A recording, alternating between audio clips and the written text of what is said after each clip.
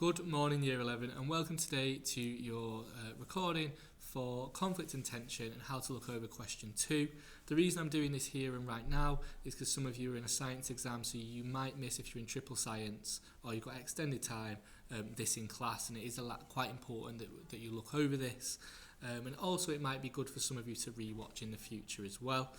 So, question 2, it's the first time we've done a question 2, so just like in Germany and Elizabeth, you will get like an insert booklet. This time it has sources in it. So it'll have question 1 sources, so source A for question 1, so I'll just zoom that in a little bit so you can see, and sources B and C for question 2. And we're going to focus on question 2, so we're going to look at sources B and C, but it'll have all 3 in this document. So if I turn over, it will look something like this. We've got source B here, so we've got the provenance, where the source comes from, and the content. And we've also got source C, so we've got where the source comes from, again with the provenance and the content of source C as well. And what I've got here for you is a model answer. So in class we'll do an I do, we do, you do, or an I do, we do, and we'll do a you do next lesson. But for today, I just want to sort of talk you through, for those of you on this video, just the very basics. And we'll just start off straight away with looking at the question. So we'll look at question 2. So question 2 will always start with how useful are sources B and C to a historian studying. That is the language of the question. It will always, always, always say that. And then it will give us the history of the question. There's something Mr. Hughes or Miss Corthers taught you about. So studying the Yalta Conference in 1945. Now this is really important, and what I noticed is that, and this is from my own classes last year and from the classes at Eden Girls Manchester, is that what a lot of people don't do is they don't focus on this, and it's really important we focus on this. So this is the history of the question, the Yalta Conference in 1945, and the rest of the question is asking us about sources B and sources C. It's 12 marks, so I would say roughly you need to spend 15 minutes on this question, with a couple of minutes to have a look at the sources as well. And the overall structure that we use for this is, for the actual image, it's see, suggest, own knowledge. And for the provenance, so where the source comes from, it's see, own knowledge, suggest. And that'll make more sense to you when I go through it. So, in the sources, we've got source B, and there'll always be one source which is a picture source, and there'll be always one source which is something like a speech. So here is like the speech. So let's have a look at how we go about writing this. So it's asking us about the Yalta Conference. So I need to pick something out I can see about the Yalta Conference. So I would just look at the source first of all. Source B, a cartoon drawn in a National Soviet magazine in February 1945. The drawer, Yusri Lemov, was a cartoonist who often praised the idea of closer relations between major powers of the world and focused his work around praising the League of Nations and post-1945 the United Nations. It might sometimes tell you what you can see. So we always start off though with what we can see, and we need to link it to the Yalta Conference. So we always link it to the Yalta Conference. So you can see here I've put in source B I can see. So that's my sentence starter. So what can I see that's to do with the Yalta Conference? I can see Stalin, Truman and Churchill stood around a map moving pieces across Europe. So that is what I can see. I can see that. What does this suggest? So what does it suggest about the Yalta Conference if they're moving pieces across Europe? This is useful when studying, so sentence starter. The Yalta Conference in 1945, so linking to the question, because it shows us it was about reshaping Europe. So moving pieces across Europe tells us that Yalta basically reshaped Europe. Okay, so that there, the green, is my suggestion. And just like interpretations now, I need to back this up with my own knowledge. Now, it's quite hard to see because it's come out in pink or purple. but the own knowledge, it needs to be spend own knowledge. I'm going to put own K. So how do we know at Yalta they reshaped Europe? I know this is true because Stalin wanted to reshape Europe to secure a sphere of influence that would protect the Soviets from German and Western aggression. Furthermore, Churchill wanted to reshape Europe to protect them from what he saw as an upcoming threat from communists, while Roosevelt wanted to reshape Europe to make it a capitalist stronghold so another war did not begin. So as you can see, we're using our own knowledge and we keep linking it back to reshaping Europe. How did Yalta reshape Europe? And that is some really good own knowledge there. So that's the structure you need to use for that. Then what you would do is you would talk about the provenance, so where the source comes from. So you've already spoke about the image, so we can tick that off. And we'd go now to the provenance, so where the source comes from.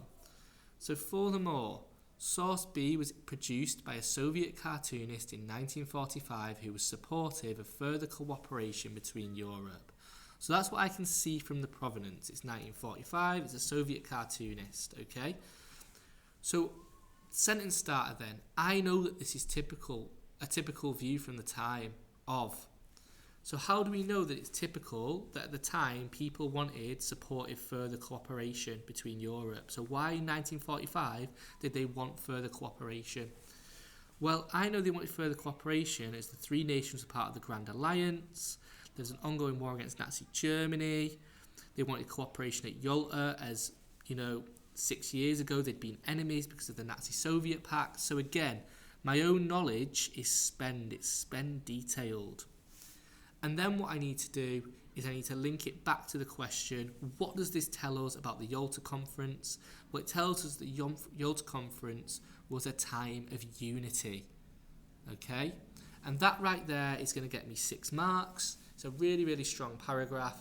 I should be doing that in around 7 minutes. And then what you need to do is you need to do source C. So source C, just like I did before, we do this as a we do in class, but I'll talk you through it anyway. So source C is a speech from an American congressman in the House of Representatives, the American version of Parliament in February 1945. The speech is entitled Yalta and Ignoring the German and Soviet Threat. So here I'm sort of looking at, who makes the source? So it's an American congressman. It's a speech. It's in February 1945. And he's basically talking about ignoring the Soviet threat, how Yalta ignores the Russian threat. And I need to pick something out of the actual content now about what they say about the Yalta Conference. So I'm looking, we reflect on the important decisions made at Yalta, consider the monumental choice to split Germany. Okay, so we can talk about that. At the Yalta Conference, we must consider the monumental choice to split Germany. So, again, if we look at our structure, I'm going to do this in note form. So, source C, I can see it says, we must consider the monumental choice to split Germany. Full stop. We then go, what does this suggest? Now, not about what we can see. What does it suggest going back to the question about the Yalta Conference? So this suggests at the Yalta Conference, that Germany's fate was decided by the Grand Alliance. Okay. Done what it suggests. From my own knowledge, how do I know this is true? How do I know that Germany's fate was decided by the Grand Alliance at Yalta? Well, I know at Yalta, they split Germany into 4. But is that enough detail? No. I know they also split Berlin into 4. But what do we mean by 4? Well, I know that it was split into 4 zones. Who controlled the zones? USA, France, Britain, the USSR. So that's the level of detail we need to go into, and that would be our paragraph. And then we would do provenance. So, just like I did up here, furthermore, source B was produced. So I can see it's produced by, so who made it? An American. He made it in 1945, February, and he made it about the Soviet threat, Yalta ignoring the Soviet threat. So how do we know? So this time we do own knowledge. So I know this is a typical view from the time. So I know it's a typical view. How do I know that this is a typical view of the time? Why would it be a typical view of the time that they're ignoring the Soviet threat if they're American? Well, it's a typical view because lots of Americans still felt the USSR were enemies. Why did they feel that they were still enemies? Because Americans were capitalist and the USSR were communist. Okay? The USSR have control over Eastern Europe. Sorry, no they don't. Not at this time. Ignore that one. That's the next part. So that's the Potsdam. So USSR enemies, they're communist. That's my own knowledge, okay? So what does this suggest about Yalta? Well, it suggests that the Yalta Conference did not solve ideological issues between the Allies. Full stop.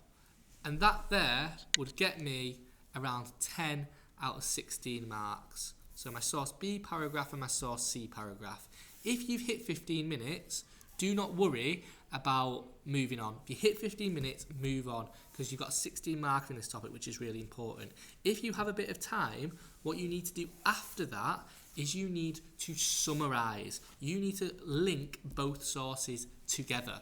So for example, I'm going to do this on the back, source B and C are useful when combined because both suggest the Yalta Conference was, and then I would say, right, what is the similarities here? We've got one, the Yalta Conference made decisions that impacted the globe, such as German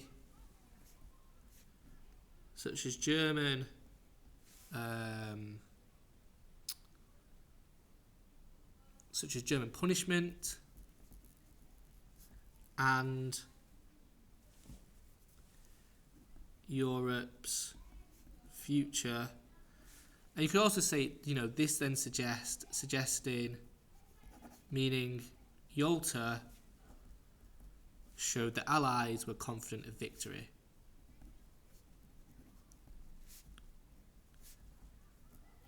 So it's a really quick conclusion, but the main focus for you all, because you can still at level 4 of this, the main focus for you all should be on getting these 2 paragraphs spot on. If we get that, we're up for a top grade. So I hope this was useful. It's what we're going to do in class, but for those of you that missed it, you can rewatch this video. And you can rewatch this video as well coming up to your exams.